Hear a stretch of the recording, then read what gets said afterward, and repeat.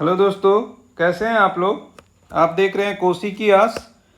और एक बार फिर से हम लोग आए हैं C&AG का जो हम लोग ये डिपार्टमेंटल एग्जामिनेशन CPD-2 जो है स्टेज 2 एग्जामिनेशन, उसके C3 पेपर जो है पब्लिक फाइनेंस, उससे रिलेटेड ऑब्जेक्टिव MCQ करने के लिए हम लोग आए हैं। ठीक है, तो हम लोग स्टार्ट करते हैं। पहला क्वेश्चन है एक्सटर्नल डेब्ट can be raised from. External डेब्ट को कहाँ से हम लोग रेज कर सकते हैं, तो इसमें ऑप्शन के हिसाब से अगर बात करें तो इंडिविजुअल, RBI, कॉमर्शियल बैंक और वर्ल्ड बैंक। तो वर्ल्ड बैंक हमारा आंसर हो जाएगा। बाहर से हम लोग जो लोन लेते हैं वो एक्सटर्नल डेब्ट कहलाएगा। डेब्ट दैट आर डेब्ट that are repaid at some specific future date. पिछले वीडियो में भी हम लोगों ने पढ़ा था कि सम स्पेसिफिक फ्यूचर डेट में अगर डेब्ट को प्रीपेड करना है, पेड करना है, तो उसे रिडेमेबल डेब्ट बोलते हैं। उसे रिडेमेबल डेब्ट बोलते हैं। External loan are raised from IDBI, ICICI, RBI और WTO। तो वर्ल्ड ट्रेड ऑर्गेनाइजेशन जो है उससे अगर लोन हम लेते हैं तो वो एक्सटर्नल लोन कहलाएगा। The concept of merit good developed by. Merit good जो है वो किसके द्वारा डेवलप किया गया था। मेरिट गुड जो है वो रिचर्ड मुस्ग्रोव के द्वारा डेवलप किया गया है। तो देखिए एक तरह से मतलब ये बात कर लेते हैं हम लोग। ये मेरिट गुड जो है वो रिचर्ड मुस्ग्रोव के द्वारा किया गया है। आगे आएगा क्वेश्चन, लेकिन यहाँ हम लोग देख लेते हैं राइवल गुड भी होता है। राइवल गुड जो है ये भी इन्हीं के द्वारा किया गया है। नॉन राइवल रूल जो होता है, नॉन राइवल जो है वो नॉन राइवल मतलब हो जाएगा आपका पब्लिक गुड। ठीक है, मेरिट गुड के लिए एक बात और बोला जा रहा है कि मेरिट गुड वो गुड होता है जो उसको प्राइवेट गुड बोला जाता है। Merit good is a private good that is believe to benefit society more than the individual consumer. मतलब इंडिविजुअल ऐसा प्राइवेट गुड जिसमें क्या है कि बेनिफिट जो है इंडिविजुअल कंज्यूमर के रिस्पेक्ट में ज्यादा सोसाइटी को होता है। जैसे एडुकेशन की बात अगर करें तो एडुकेशन का जो बेनिफिट मिलता है वो पूरे सोसाइटी को मिल जाता है। हेल्थ केयर है, वेलफेयर सर्विस है, हाउसिंग है, पब्लिक पार्क जो है, इन सब को बोल सकते हैं मेरिट गुड बोला जाता है। एग्जाम्पल है ये सब मेरिट गुड का।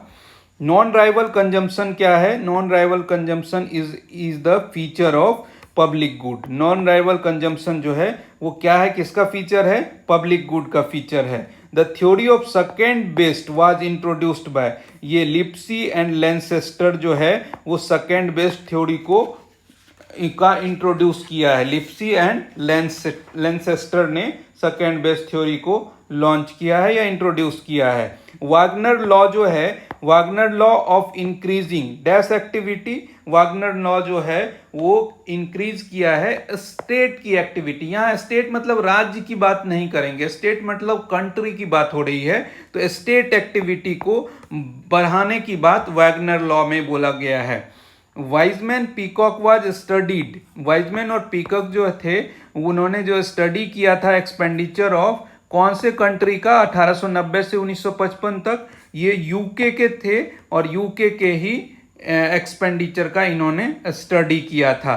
अब उसके बाद है कि pure theory of public expenditure. Pure theory of public expenditure जो है वो पॉल ए सैमुएल्सन जो थे, ये pure theory of public expenditure जो है ये पॉल ए सैमुएल्सन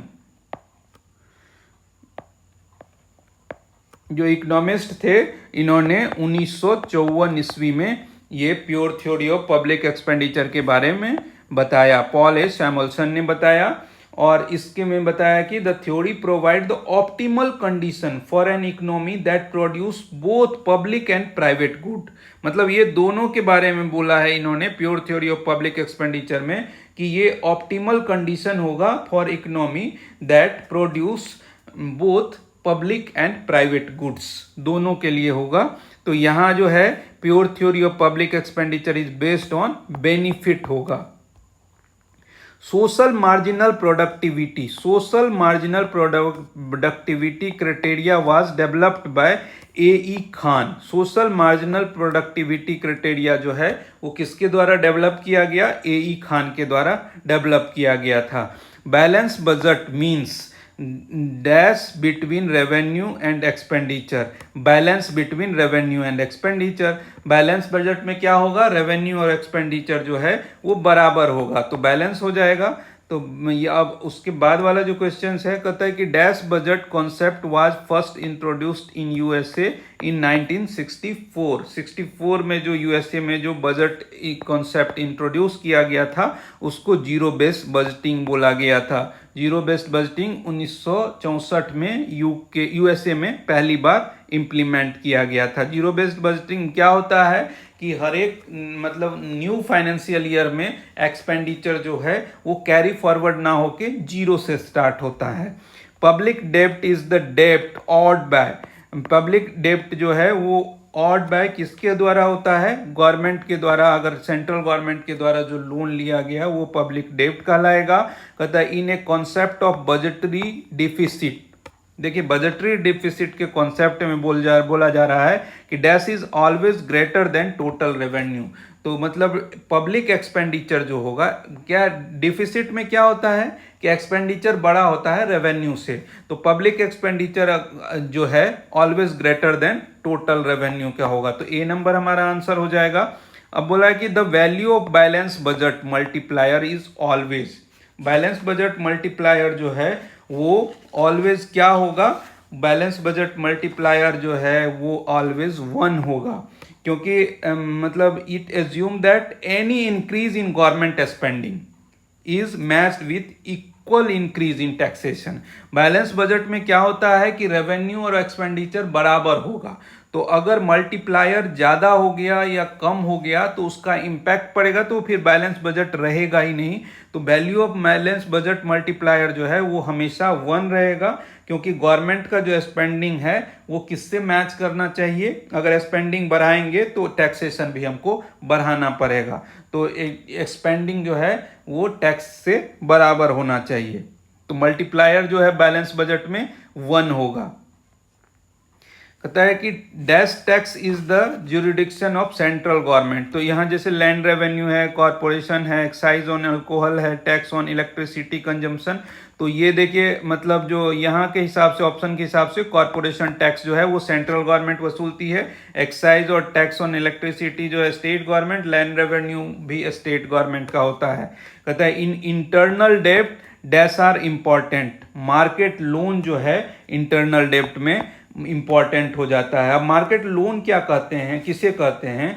तो बोलता है कि जो कि इंश्योरेंस ऑफ सिक्योरिटी के अगेंस्ट में इन मतलब जो लोन मिलता है वो मार्केट लोन आपका कहलाएगा। कहता है कि loans against the insurance of security including loan under market loan program that are sold, arranged or placed in an organized form from the intended to be traded on a regulated market। तो market loan हमारा क्या हो गया कि insurance of security in सब के against में जो आप अगर लोन ले रहे हैं, मतलब गवर्नमेंट लोन ले रही है, वो मार्केट लोन कहलाएगा। पब्लिक डेब्ट in Indian economy is dash in nature, increasing in nature, बढ़ते जा रहा है भारत में। Physical crisis was carried, physical crisis जो है वो carried in dash period, planning period में वो कैरीड होते गया है। कहते हैं which of the following is a revenue receipt. इसमें से रेवेन्यू रिसिप्ट कौन सा है?